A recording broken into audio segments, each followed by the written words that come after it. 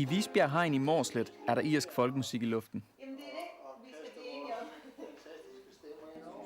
Om 2 dage skal bandet Folky Folk være klar til at optræde ved Aarhus Festuge.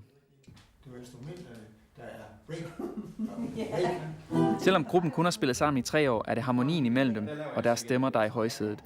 Meget af det, vi laver, er 4 stemmer. Og de skal altså hænge i skabet, for hvis de ikke hænger fuldstændig i skabet, så kan man høre det. Tilsammen har gruppen 100 års festugeerfaring. Men hvad med blodtrykket? Det går af helvede til. Det bliver hyggeligt. Men selvom det skal være hyggeligt, skinner det professionelt også igennem.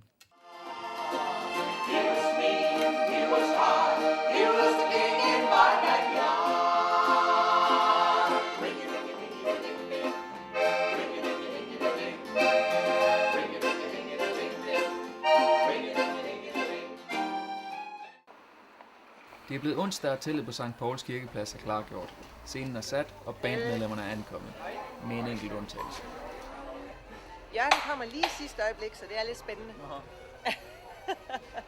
Alle bandmedlemmer har arbejdet ved siden af. Det skaber nogle gange tidspres, og det er også tilfældet i dag. 6, så er der 10 minutter til countdown. 10 minutter til vi begynder. 1, 2, 3, 4, 5, 6, 7. Hvornår kommer sidste mand? 5 minutter inden koncerten skal starte, støder den 4. stemme til. Hej Jørgen. Goddag. Du vil se på den? Ja.